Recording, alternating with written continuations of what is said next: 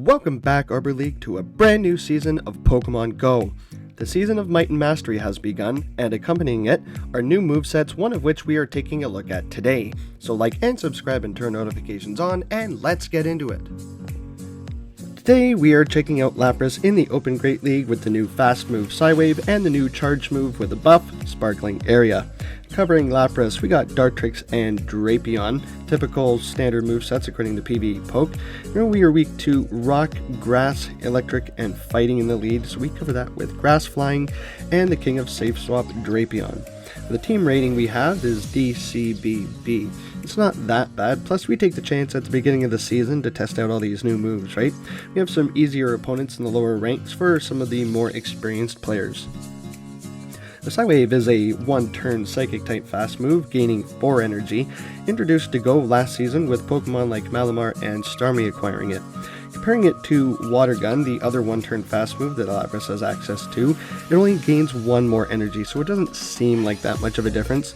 Now, Ice Shard does 9 damage and gains 10 energy, which is a bit better than Water Gun, the heavier hitting fast move, but it's a 3-turn fast move, right? So it's a slower animation, so mathematically, Psywave still yields a higher energy per turn. And one-turn fast moves are just easier for timing, right? When you're throwing, catching, or trying to sneak moves through. Plus, now we do super effective to our weakness of fighting and some grass types, which are sometimes a dual poison type. Now looking at the charge moves, it's obvious, it's plain as day, right? Sparkling Area is better, costs the same amount of energy, and does the more damage. But here's where you really see the difference when we're comparing move counts and timing. I'm going to use Surf for the constant, so Ice Shards to Surf, the counts are 5 for alternating, taking 16 turns. The Water Guns we have are 15 to get to Surf, taking 16 turns as well, but Psywaves to Surf are 12 and 11, taking only 13 turns, a whole 3 turns less. So looking at some of these matchups, you beat Primeape in the 2s, Annihilape in the 2s, Machamp in the 2s in all positive shield scenarios. So yes, Lapras has definitely benefited from this move update. Definitely an upgrade. So I've been toying with the idea of telling stories or jokes throughout the battles once a week, maybe more if it gets positive feedback. Team graphics will still appear and I'll still briefly explain the team, but we'll try telling stories or jokes, trying something new or different for the new season. So the story will also be related to the video too, so let's try one, let's get into it. This story is Lance and Lapras' ocean adventure. On a sunny morning, Lance, the fearless leader of the Indigo Plateau Elite Four, stood on the deck of the SS Anne, a grand ship that was ready to set sail on an exciting voyage across the ocean. His loyal Pokemon, Lapras, glided through the water beside the ship, her large flippers cutting gracefully through the waves. She was more than just a companion to Lance, she was his protector, his friend, his partner in countless adventures.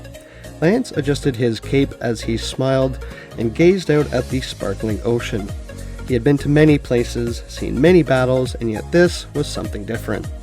He promised his family a special trip, and this journey was about more than just reaching their destination. It was about the thrill of exploring the open sea with his best friend. "Ready to go, Lapras?" Lance called, giving her a friendly salute. Lapras let out a soft, melodic cry, her voice blending with the sounds of the ocean breeze. She was always ready for whatever ventures awaited them. The SS Anne sailed smoothly, its engines humming along with the rhythm of the waves. As they ventured further out into the ocean, Lance noticed a strange shimmer in the distance. The water grew darker, the winds picked up. It wasn't long before he realized that they were sailing into a storm. "This doesn't look good," Lance muttered under his breath. The crew started to scurry around, securing everything on board as the waves grew taller. Suddenly, a massive wave slammed against the side of the ship, throwing Lance off balance. He grabbed the nearest railing, trying to steady himself. The storm was growing fiercer by the minute, and before he knew it, the ship's deck was just swamped with water. Lance's heart raced as a particularly violent wave knocked him off his feet. He was swept overboard, plunging into the cold, churning waters below. The sea was wild, and Lance struggled to stay afloat, his legs kicking frantically. The ship was too far out now, and there was no sign of help in sight.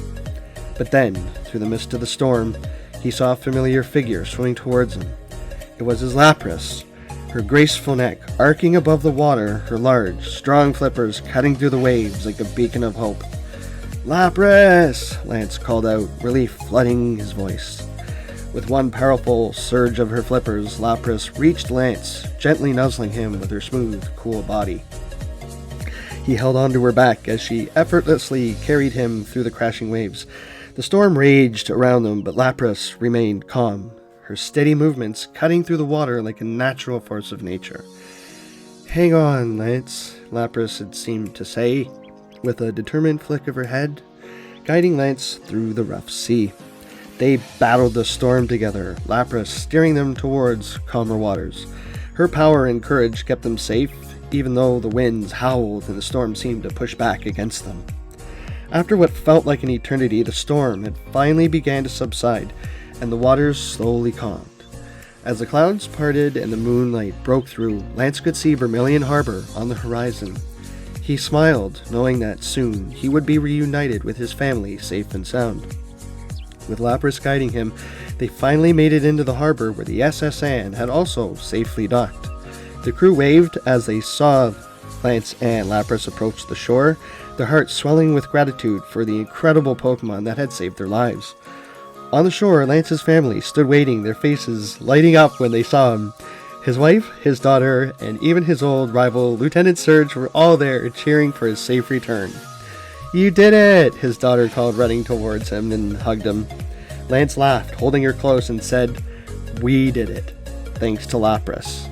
Lapras gave a soft cry as if to say she was just happy to be there, safe and sound. The storm was behind them now, and with the warm embrace of family and friends, Lance knew that the ocean had tested them, but it had also strengthened their bond. As they all stood together on the shore, Lance looked out over the ocean, his heart full of gratitude. He had survived the storm, and it was his loyal Lapras who had seen him through it. They were truly unstoppable together, and so the family celebrated their safe return to Vermilion Harbor, knowing that no matter what challenges lay ahead, their friends like Lapras by their side, they could conquer anything. Let me know what you guys thought about that in the comments below. Might have to do 2 or 3 stories depending on time to fill the gap, but getting back into the commentary just for the last little bit here. Finish it off. We've got a Dusknoir, and we also got a buff with the Hex. We're dark types. We're just going to start baiting with the Aquatail for some reason here, I guess. Yeah, getting the last shield is low enough. No need to go for the crunch here. I think we still survive one more Shadow Punch as well. So I've got Dartrix left for what is in the back. Still going for that Shadow Punch instead of the Ice Punch, but we're going to get to that Aquatail, able to take this Dusclops out if they do not shield. And well, they got no more shields left, but we've got a Dusknoir versus Brave Bird in the back here. So I don't have anything that can hurt Dartrix too much. We're still kind of bulky.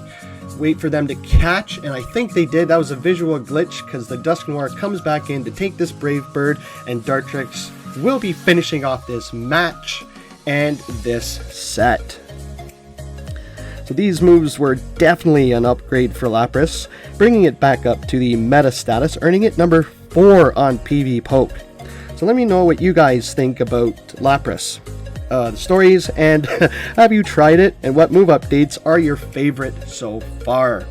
Getting up to rank 2 on day 1. We did make it to rank 5. But that was all for the battles. Let me know what you guys think in the comments below. If you're enjoying the content, don't forget to like, subscribe, and turn notifications on because there will be much more Pokemon Go content to come. Actions like subscribing, liking, commenting, and sharing go a long way to boost my videos into the algorithm and notifies you when I upload a new video. Until then, I've got lots more spicy anti-meta content on my channel to check out in the meantime, which also helps. That's all I've got for today, guys. Thank you again everyone so much for watching and supporting the channel. I really do appreciate it. But until next time, keep your sticks on the ice. I've been Arbor Andy, and I'll see you buds in the next one.